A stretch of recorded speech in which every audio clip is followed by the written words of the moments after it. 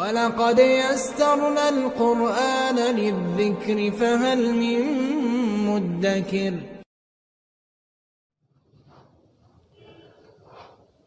قُلْ إِن كُنتُمْ تُحِبُّونَ اللَّهَ فَاتَّبِعُونِي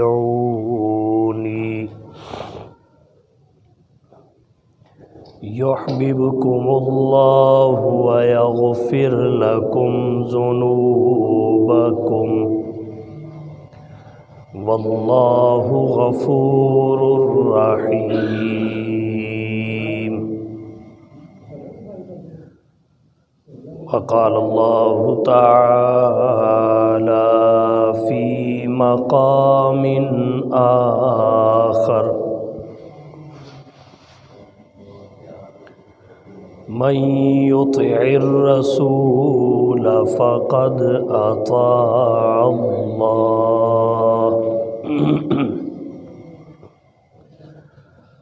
وقال النبي صلى الله عليه وسلم لا يؤمن أحدكم حتى أكون أحب إليه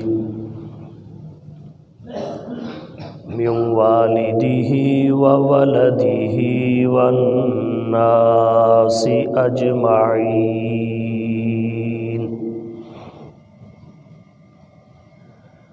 سبحان ربك رب العزة عما يصفون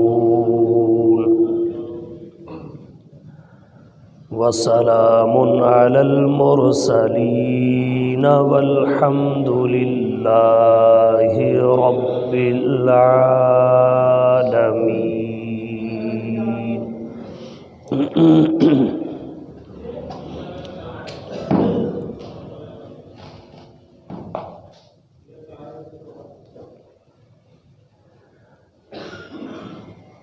انتہائی واجب الاحترام معزز سامعین کرام، خطبہ میں بخاری و مسلم سے حضرت انس رضی اللہ تعالی عنہ کی ایک روایت کو میں نے تلاوت کیا ہے۔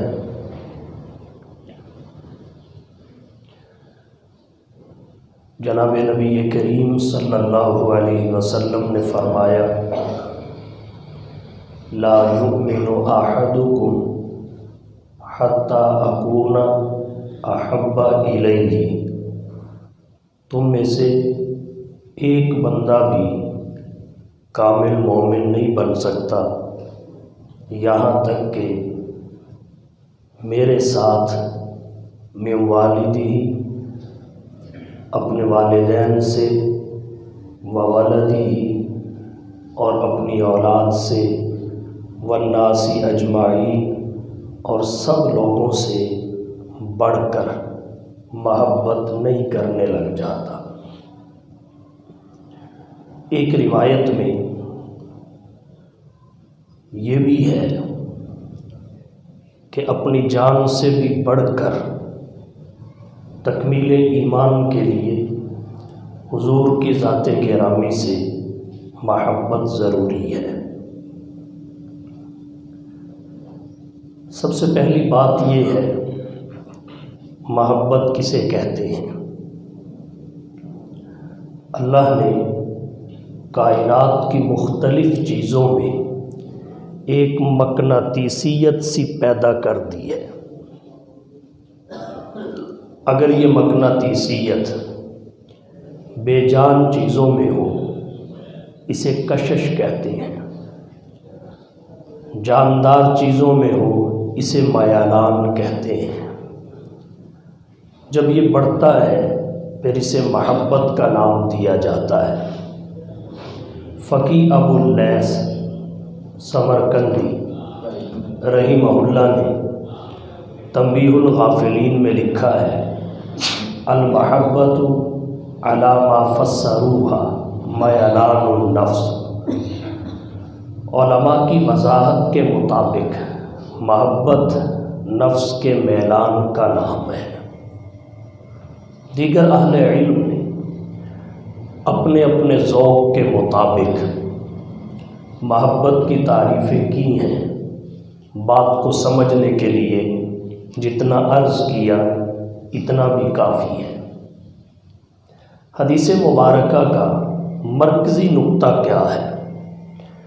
حدیث مبارکہ کا مرکزی نقطہ یہ ہے کہ حضور کی ذات گرامی سے فقط محبت نہیں بلکہ ہر کسی سے بڑھ کر محبت تکمیل ایمان کی نشانی ہے، غالب محبت۔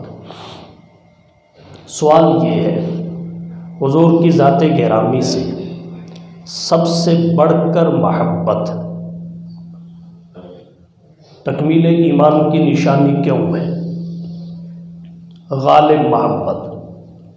ابتدا میں ایک بات تو یہ سمجھیے، جناب نبی کریم صلی اللہ علیہ وسلم کے کسی بھی حکم کو لے لیجئے، وہ حکمت سے خالی نہیں ہے۔ البتہ یہ عادت نہیں ہونی چاہیے کہ ہر حکم کی حکمت کے پیچھے پڑا جائے۔ رسول اللہ کے بعض فرامین اور بعض افعال ان میں بہت ساری حکمتیں ہوتی ہیں، مگر کچھ حکمتیں ہماری عقل اور فہم سے ماوراء ہوتی ہیں۔ یہ بات مسلم ہے، جناب نبی کریم صلی اللہ علیہ وسلم کا کوئی حکم اور عمل حکمت سے خالی نہیں ہے۔ فعل الحکیم لا یخلو عن الحکمہ۔ اگر عادت یہ بن جائے کہ بندہ حکمتوں کی کھوج میں لگے تو جس حکم اور عمل کی حکمت سمجھ میں نہیں آئے گی اس پر عمل کا جذبہ کمزور ہو جائے گا۔ کسی وقت عمل سے محرومی کا سامنا بھی کرنا پڑ سکتا ہے، اور پھر حکمت تو اس میں ہے، اس طرح بندہ اس کی حکمت اور برکات سے محروم ہو سکتا ہے۔ اور اگر یہ جذبہ ہو کہ اللہ کے نبی کی سنت ہے، نبی کا حکم ہے، بس اس پر عمل کرنا ہے، حکمت تو اس میں ہے ہی، ہماری سمجھ میں آئے تب بھی عمل کرنا ہے، سمجھ میں نہ آئے تب بھی عمل کرنا ہے، تو اس کا فائدہ یہ ہوگا حکمت علم میں نہ ہونے کے باوجود اس کے فوائد اور برکات بندے کو نصیب ہو جاتے ہیں۔ اگر اللہ کسی حکم کی حکمت کھول دے تو فبیہا، اس پہ اللہ کا شکر کرنا چاہیے، لیکن اگر کسی حکم کی حکمت نہ کھلے، سمجھ میں نہ آئے تو اس کے پیچھے نہیں پڑنا چاہیے، عمل اور اتباع کا دامن تھامنا چاہیے۔ حکمت ضرور ہوتی ہے، میں ایک چھوٹی سی مثال ذکر کرتا ہوں۔ وضو کے 4 فرائض ہیں، چہرے کو دھونا، کوہنیوں سمیت ہاتھوں کو دھونا، سر کے چوتھے حصے کا مسح کرنا، گھٹنوں سمیت پاؤں کو دھونا۔ یا ایھا الذین آمنوا اذا قمتم الی الصلاۃ ای اذا اردتم الی الصلاۃ، اہل ایمان جب نماز پڑھنے کا ارادہ کرو تو مفتاح صلاۃ وضو ہے، پہلے وضو بناؤ۔ وضو کیا ہے؟ فاغسلوا وجوہکم، اپنے چہروں کو دھو، وایدیکم الی المرافق، اپنے ہاتھوں کو کوہنیوں سمیت دھو، وامسحوا برؤوسکم، سر کا مسح کرو، وارجلکم الی الکعبین، ٹخنوں سمیت اپنے پاؤں کو دھو لو۔ یہ چاروں چیزیں وضو میں فرض کا درجہ رکھتی ہیں۔ فرائض کو شروع کرنے سے پہلے ہاتھوں کو دھونا گھٹنوں تک، 3 بار کلی کرنا، 3 بار ناک میں پانی ڈالنا، یہ حضور کی سنت ہے۔ 3 بار ہاتھوں کو دھونا، 3 بار کلی کرنا، 3 بار ناک میں پانی ڈالنا حضور کی سنت ہے، فرض نہیں، اور واجب تو وضو میں بالاتفاق نہیں۔ اب ان سنتوں کی حکمت جانیے، حکمت کس قدر بلند ہے۔ وضو کرنے کے لیے ضروری ہے وضو پانی سے کیا جائے، ہر بہنے والی شے سے نہیں۔ نمبر 2، پانی ایسا ہو جو جسم اور کھلڑی کو نقصان نہ پہنچائے۔ نمبر 3، پانی گلا سڑا اور بدبودار نہ ہو۔ ان 3 چیزوں کی رعایت ضروری ہے۔ ہاتھ دھونے کی حکمت کیا ہے؟ وضو میں سب سے پہلے ہاتھ دھوئے جاتے ہیں، اور ہاتھ 3 مرتبہ گھٹنوں تک دھونا سنت ہے۔ تو جب کوئی بندہ پانی میں ہاتھ ڈال کر 3 مرتبہ دھوئے گا، اس کو اس بات کا بخوبی علم ہو جائے گا یہ پانی منہ پہ پھینکنے کے قابل ہے یا نہیں ہے۔ بسا اوقات پانی اتنا گرم ہوتا ہے کہ اگر بندہ یک بیک اٹھا کے چہرے پہ پھینک دے تو ہاتھ کی کھلڑی قدرے سخت ہوتی ہے، چہرے کی اس سے نرم ہوتی ہے، اسے حرارت کچھ تاخیر سے محسوس ہوتی ہے، چہرہ فی الفور محسوس کرتا ہے۔ اگر یہ ہاتھوں کو دھونے والی سنت نہ ہوتی، رات کے اندھیرے میں یا لا علمی اور لاپرواہی سے کوئی بندہ یکدم پانی اپنے چہرے پہ پھینک لیتا، چلو بھرتا اور چہرے پہ پھینک لیتا اور وہ گرم ہوتا، تو جب تک اس کی حرارت اور گرمائش کا احساس ہوتا ہاتھوں کو، تب تک وہ چہرے پہ جا کے اپنا کام کر چکا ہوتا، چہرہ جھلس جاتا۔ تو ہاتھوں کو دھونے والی سنت کی کتنی بڑی حکمت ہے۔ پہلے ہاتھوں کو دھویا جائے، اس سے اندازہ ہو جائے گا یہ پانی چہرے پہ پھینکنے کے لائق ہے بھی یا نہیں، تاکہ نقصان نہ ہو۔ اس کے بعد پھر کلی کرنے کا حکم ہے، اور یہ سنت ہے۔ جب آدمی کلی کرے گا، چکھنے کی قوت اللہ نے زبان میں رکھی ہے، زبان کے اوپر ایک پردہ ہے، اس میں چکھنے کی قوت ہے۔ حواس خمسہ محسوس کرنے کے لیے 5 اعضاء اللہ نے دیے ہیں، ہر ایک کا شعبہ مقرر کیا ہے۔ زبان کا کام چکھنا ہے، دیکھنا نہیں۔ آنکھ کا کام دیکھنا ہے، چکھنا نہیں۔ کان کا کام سننا ہے، سونگھنا نہیں۔ ناک کا کام سونگھنا ہے، سننا نہیں۔ ہاتھوں کا کام مس کرنا ہے، ٹٹولنا ہے۔ تو ہر ایک کا شعبہ ہے۔ تو زبان کا شعبہ چکھنے کا ہے، یہ چکھ کے بتاتی ہے یہ چیز میٹھی ہے، کڑوی ہے۔ آپ یہاں کوئی چیز رکھ لیں، یہاں رکھ لیں، یہاں رکھ لیں، اس کا ذائقہ آپ کو محسوس نہیں ہوگا، ذائقہ زبان پہ رکھنے سے محسوس ہوگا۔ تو ہاتھوں نے بتایا یہ بہنے والی چیز قابل استعمال ہے، زیادہ گرم یا زیادہ سرد نہیں ہے۔ جب کلی کریں گے، زبان چکھ کے بتائے گی یہ بہنے والی چیز پانی ہی ہے، پانی کے علاوہ کوئی جوس یا اور بہنے والی چیز نہیں ہے، کیونکہ وضو پانی سے ہوتا ہے۔ یہ اس دوسری سنت کی حکمت ہے۔ تیسری سنت ناک میں پانی ڈالنا ہے۔ پانی بدبودار، گلا سڑا بھی نہیں ہونا چاہیے۔ تو جب 3 بار ناک میں پانی ڈالیں گے تو ناک محسوس کر کے بتائے گا یہ پانی بدبودار اور گلا سڑا نہیں ہے بلکہ درست ہے۔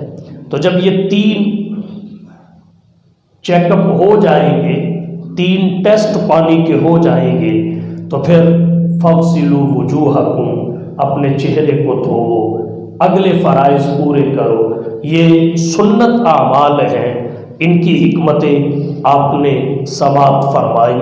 تو یہاں سے پتہ یہ چلا اللہ کے نبی صلی اللہ علیہ وسلم کا کوئی حکم اور کوئی سنت حکمت سے خالی نہیں ہے، ہماری عقل اور سمجھ میں آئے یا نہ آئے۔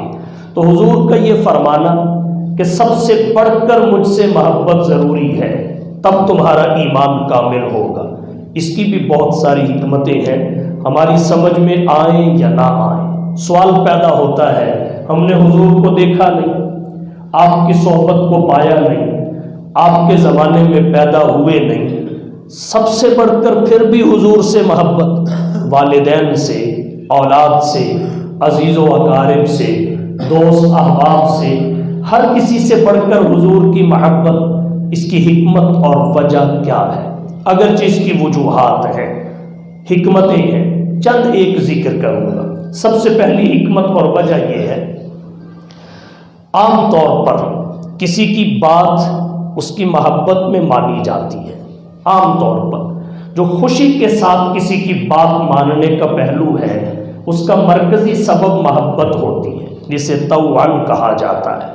تو محبت کی وجہ سے کسی کی بات مانی جاتی ہے، کسی کی اتباع کی جاتی ہے، کسی کی اطاعت کی جاتی ہے۔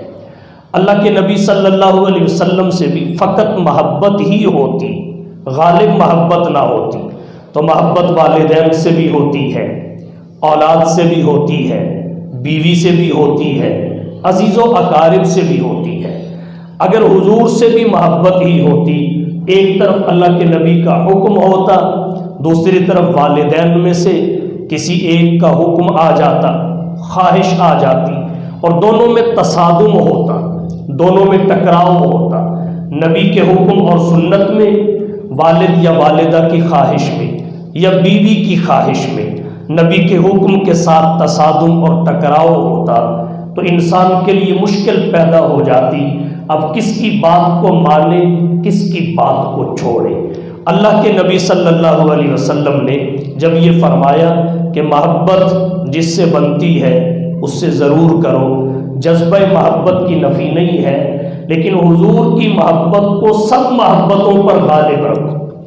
تو جب حضور کی محبت کو غالب رکھنے کا حکم ہوا، تو اب اس کے سامنے ہر محبت اور ہر محبوب کا خلاف سنت حکم اور خواہش کو ترک کرنا بھی آسان ہو گیا۔ مثال کے طور پر اللہ کے نبی صلی اللہ علیہ وسلم کا حکم ہے، اوفر اللحى وفر اللحى کثر اللحى، داڑھی بڑھاؤ، واقف الشوارب، مونچھیں کٹاؤ۔ اللہ کے نبی نے داڑھی بڑھانے کا حکم دیا ہے، اور یہ بات بھی ذہن میں رکھیں، داڑھی یہ سنت نہیں ہے، اس کا فقہی درجہ واجب کا ہے۔ داڑھی رکھنے کا جو درجہ ہے وہ سنت نہیں ہے، فقہی درجہ واجب کا ہے، اور اس کی دو وجہ ہیں۔ ایک وجہ تو یہ ہے، اللہ کے نبی صلی اللہ علیہ وسلم کی ہمیشہ داڑھی رہی، آپ نے کبھی بھی نہیں کٹائی۔ نمبر دو، احادیث مبارکہ میں داڑھی کے متعلق جتنے احکام آئے ہیں وہ سب بصیغہ امر آئے ہیں، اور اہل علم نے لکھا ہے امر کے صیغے سے جب حکم دیا جائے، وجوب کے خلاف اگر کوئی قرینہ نہ ہو تو اس سے اس چیز کا واجب ہونا ثابت ہوتا ہے جس کا اس صیغے میں حکم دیا جاتا ہے، اور سارے امر کے صیغے ہیں۔ تو اللہ کے نبی نے داڑھی کو واجب قرار دیا ہے، اس کو سنت کیوں کہا جاتا ہے؟ اس کی دو وجہ ہیں۔ ایک وجہ تو یہ ہے، اس کا زیادہ تر ثبوت احادیث اور سنت سے ہوتا ہے۔ سنت اور حدیث کو اہل علم نے مترادف لکھا ہے، الفاظ دو ہیں، معنی ایک ہے، تو اس کا زیادہ تر ثبوت سنت اور حدیث سے ہوتا ہے، اس لیے اسے سنت کہا جاتا ہے، وگرنہ ہے یہ واجب، فقہی درجہ سنت نہیں ہے۔ دوسرا سنت کہنے کا مطلب یہ ہے، سنت کا معنی ہوتا ہے طریقہ، تو اسے سنت رسول کہہ کے یہ تاثر دیا جاتا ہے، یہ رسول کا طریقہ اور عمل ہے، یہ فقہی درجہ نہیں ہے۔ اس معنی میں ہم نماز کو بھی سنت رسول کہہ سکتے ہیں، روزے کو بھی سنت رسول کہہ سکتے ہیں، تو یہ طریقہ رسول اور طریقہ نبوی کے معنی میں ہے، فقہی درجہ نہیں ہے۔ تو داڑھی کا فقہی درجہ واجب ہونے کا ہے۔ خاص طور پہ نوجوانوں کو عرض کروں گا، داڑھی رکھنا واجب ہے، اور جب تک یہ چہرے پہ نہیں ہوتی اس وقت تک ترک کے واجب کا گناہ تسلسل کے ساتھ نامہ اعمال میں لکھا جاتا ہے۔ تسلسل کے ساتھ۔ لہذا اس گناہ بے لذت سے جتنی جلدی ہو سکے جان چھڑائی جائے اور جناب نبی کریم صلی اللہ علیہ وسلم کی سنت کو اپنے چہرے پر سجایا جائے۔ جب کوئی بندہ فوت ہوتا ہے اس کے چہرے پر داڑھی نہیں ہوتی، لوگ اس کا آخری دیدار کرتے ہیں، بس خاموشی سے چہرہ دیکھ کے نکل جاتے ہیں، کوئی تبصرہ نہیں کرتے، اور جس کے چہرے پہ داڑھی ہوتی ہے اس کا جب چہرہ دیکھتے ہیں، دیدار کرتے ہیں، تو ان کی زبان پہ اکثر و بیشتر یہ الفاظ ہوتے ہیں، بڑا حسین چہرہ تھا۔ اور پھر یہ بھی ذہن میں رکھیے کہ جب چہرے پہ داڑھی نہ ہو، موت آ جائے، تو اسی حالت میں رسول اللہ کا سامنا کرنا پڑے گا، تو ہماری کیفیت اور حالت اس وقت کیا ہوگی کہ جب ہم رسول اللہ کی سنت کو ذبح کر کے اللہ کے رسول کے سامنے کھڑے ہوں گے۔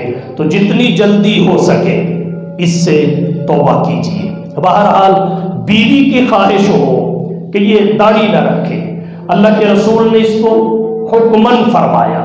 اب اگر دونوں سے محبت ہی ہوتی تو کس کی بات مانتا، کس کی بات کو چھوڑتا؟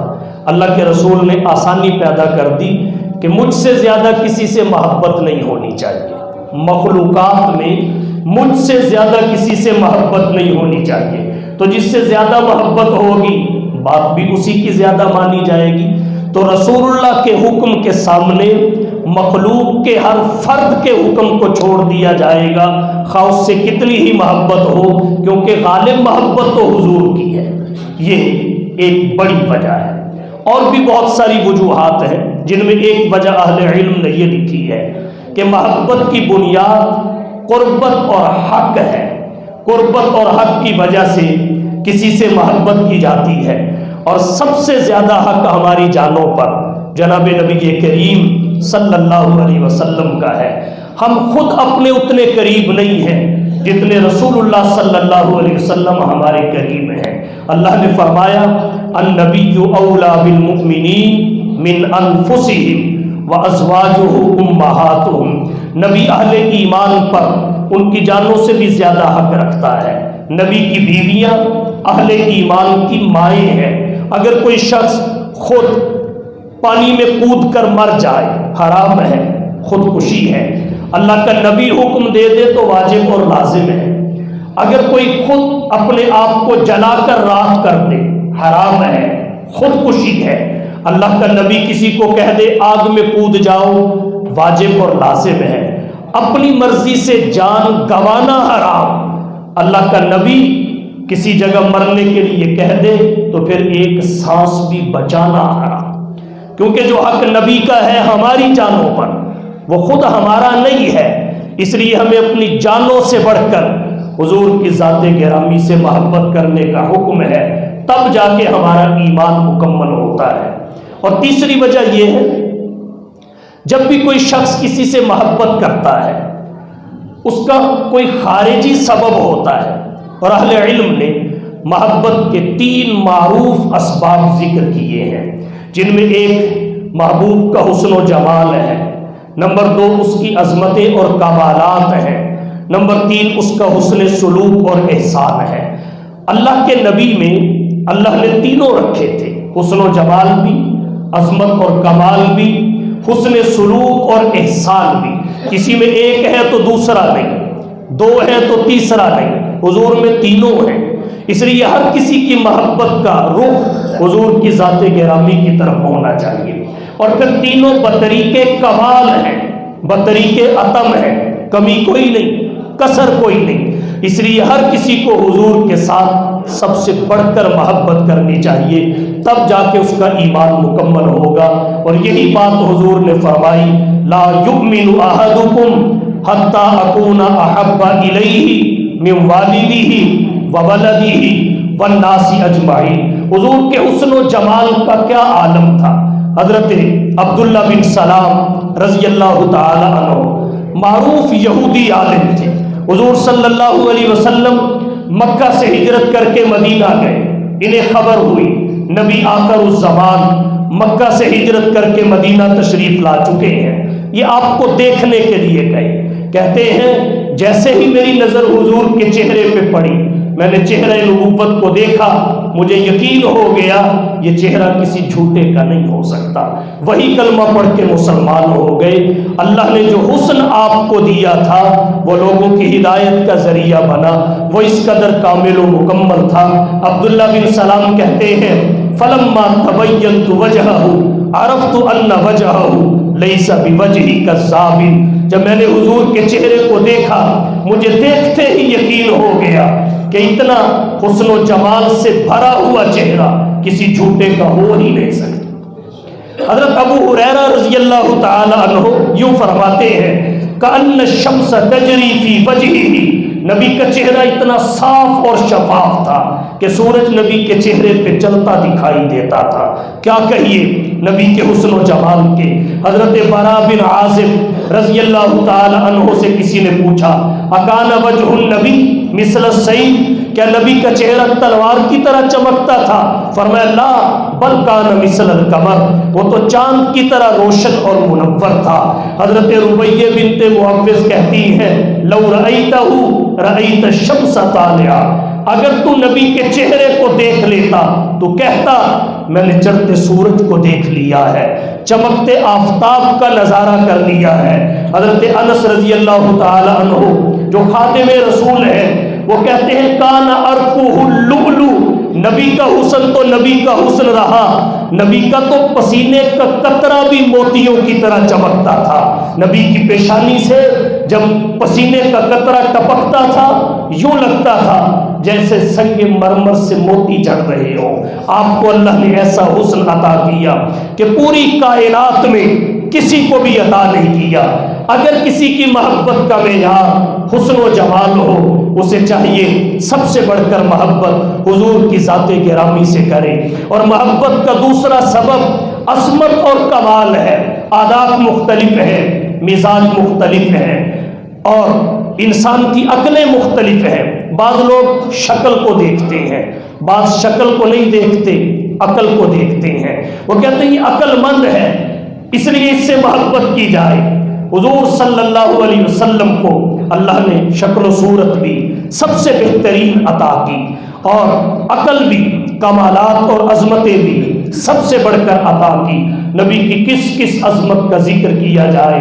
اللہ نے جو عظمتیں اور کمالات انبیاء کو فردن فردن عطا کیے تھے وہ سارے کے سارے حضور کی ذات گرامی میں یکجا کر دیے تھے۔ صاحب روح البیان نے لکھا لکل نبی فی الانام فضیلہ، لکل نبی فی الانام فضیلہ، مخلوق میں ہر نبی کی فضیلت ہے۔ وجملتها مجموعۃ لمحمد، اور تمام فضیلتوں کے مجموعہ کو محمد کہتے ہیں۔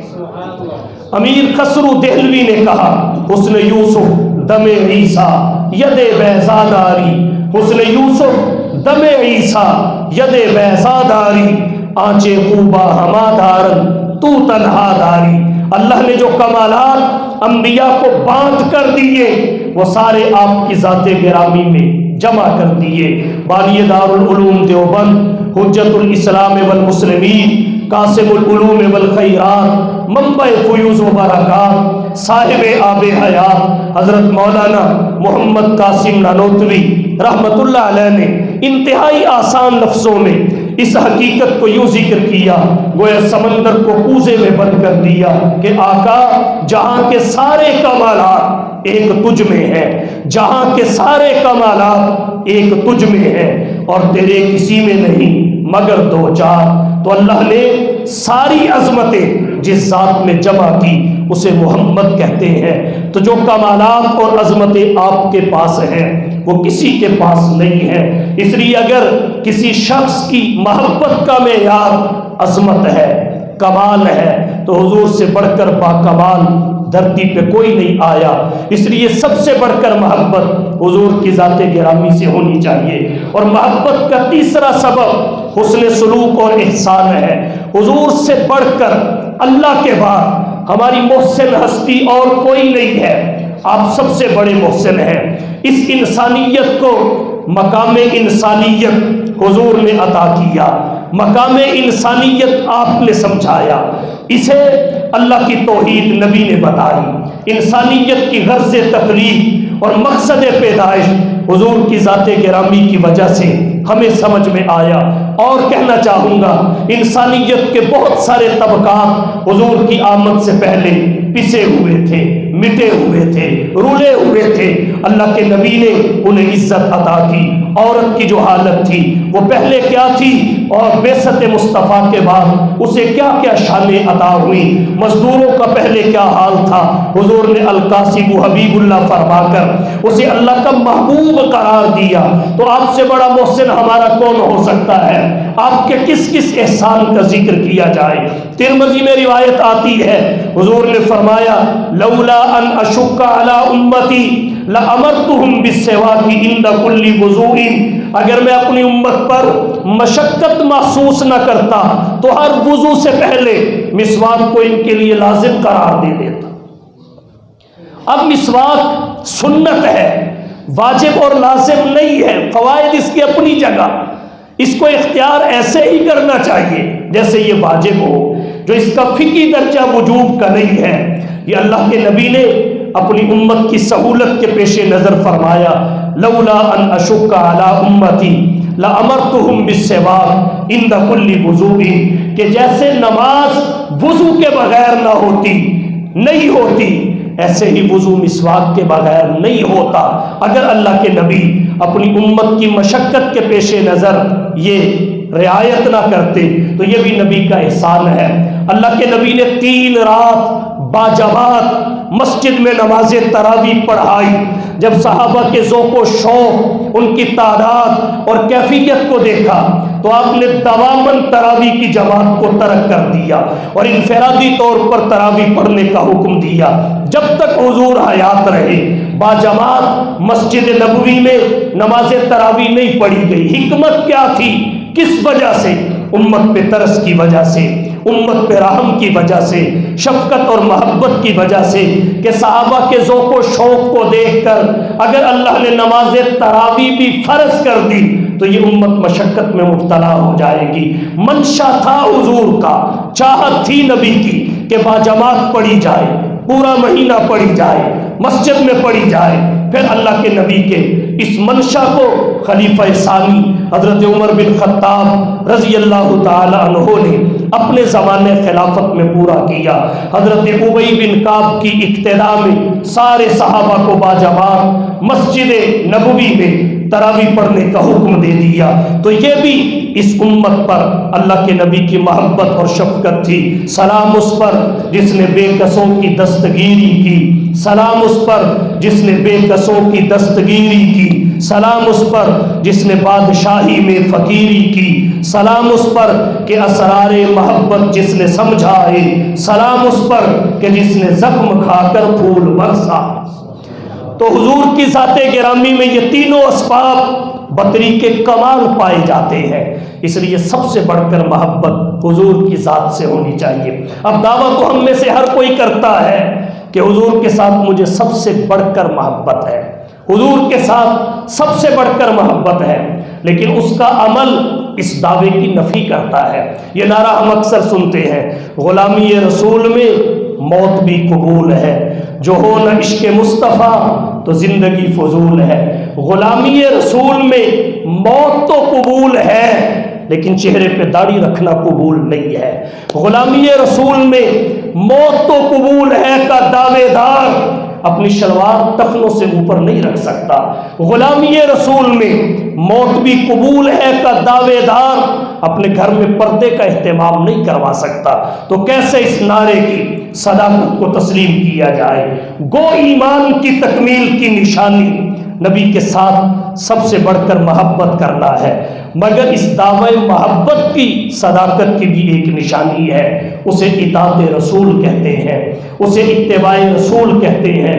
جب اللہ کے نبی کی زندگی پر اپنی زندگی کی بنیاد رکھی جائے، نبی کی سیرت پر اپنی سیرت کی بنیاد رکھی جائے، پھر دعوے ضرورت نہیں رہتی، اعلان کی ضرورت نہیں رہتی، پھر انسان کی زندگی اس کی دلیل ہوتی ہے۔ صحابہ کرام کا اتباع رسول کا کیا جذبہ تھا؟ 2 واقعات آپ کی توجہ کی نظر کر کے اجازت چاہتا ہوں۔ مسلم شریف کتاب الحج میں امام مسلم رحمہ اللہ نے روایت ذکر کی، حضرت عمر بن خطاب رضی اللہ تعالی عنہ نے حجر اسود کو بوسہ دیا. بوسہ دینے کے بعد ایک بات کہی, اور امام نسائی رحمہ اللہ نے نسائی شریف میں لکھا پہلے بات کہی پھر بوسہ دیا. وہ بات کیا تھی؟ حضرت عمر بن خطاب کہتے ہیں یا حجر انی عالم انک حجر, اے پتھر میں خوب جانتا ہوں کہ ہے تو پتھر. حجر اسود کو خطاب کر کے کہا اے پتھر میں اس بات کو بخوبی جانتا ہوں کہ ہے تو پتھر. نہ تو کسی کا نفع کر سکتا ہے نہ کسی کو نقصان پہنچا سکتا ہے, تو نفع نقصان کا مالک نہیں ہے, لیکن پھر بھی تجھے بوسہ دے رہا ہوں. پتہ کیوں؟ اس لیے کہ میں نے اپنے پیغمبر کو تجھے بوسہ دیتے ہوئے دیکھا ہے, میں نے اپنے حبیب کو تجھے چومتے ہوئے دیکھا ہے, اور تجھے میں اپنے نبی کی محبت اور نبی کی سنت کی اتباع میں چوم رہا ہوں. قاضی ایاز نے الشفا فی حقوق المصطفیٰ میں لکھا, حضرت عبداللہ بن عمر رضی اللہ تعالی عنہ حضرت عمر کے صاحبزادے ہیں, جلیل القدر صحابی ہیں. قاضی ایاز لکھتے ہیں ایک مرتبہ اپنی سواری کو لگام سے پکڑا اور ایک جگہ پر گھمانے لگ گئے, چکر دینے لگ گئے. حضرت عبداللہ بن عمر رضی اللہ تعالی عنہ سے کسی نے پوچھا یہاں آپ اپنی سواری کو گھما رہے ہیں, وجہ سمجھ میں نہیں آ رہی کہ آپ کس وجہ سے گھما رہے ہیں. تو حضرت عبداللہ بن عمر نے کہا میں نے اپنے پیغمبر کو ایک دفعہ دیکھا تھا, آپ نے اپنی سواری کو یہاں چکر دیا تھا, تو میں نبی کی محبت اور اتباع میں اپنی سواری کو یہاں چکر دے رہا ہوں. یہ ہے ان کا جذبہ کہ اللہ کے نبی نے اگر کسی عارضہ کی وجہ سے, فرض کے طور پہ نہیں, واجب کے طور پہ نہیں, حکم شرعی کے طور پہ نہیں, اللہ کے نبی نے اگر کسی ضرورت کی وجہ سے بھی کبھی سواری کو وہاں پہ چکر دیا, تو نبی کے جس صحابی نے دیکھا وہ جب وہاں سے گزرا اس نے ویسے ہی کیا. یہ تھا ان کا اتباع سنت کا جذبہ. یہی وجہ تھی وہ چلتے زمین پہ تھے, قدموں کی آہٹ جنت میں سنائی دیتی تھی. یہی وجہ تھی جنگل سے گزرتے تو جنگل کے درندے ان کے لیے جنگل خالی کر دیتے, ان کے ایک رکے کو دیکھ کے خشک دریا بہہ پڑتے, ان کے درے سے زمین کے زلزلے رک جاتے, ان کے کپڑے کو دیکھ کے آگ بجھ جاتی, ان کا پیغام ہوا سینکڑوں میل کی مسافت پہ پہنچاتی دکھائی دیتی. کفر جن کا نام سن کے لرزتا, اللہ کی رضا کے سرٹیفکیٹ ان کے دامن میں رکھ دیے جاتے, دنیا میں ہی انہیں جنت کا وارث قرار دے دیا جاتا. آج ہمارے پاس دعوے ہیں, عمل نہیں. کاش پروردگار ہمیں عمل کی توفیق بخشے اور ہم نبی کی سنت کا اتباع اور نبی کی اطاعت کو حرص جان بنائے. وآخر دعوانا ان الحمد للہ.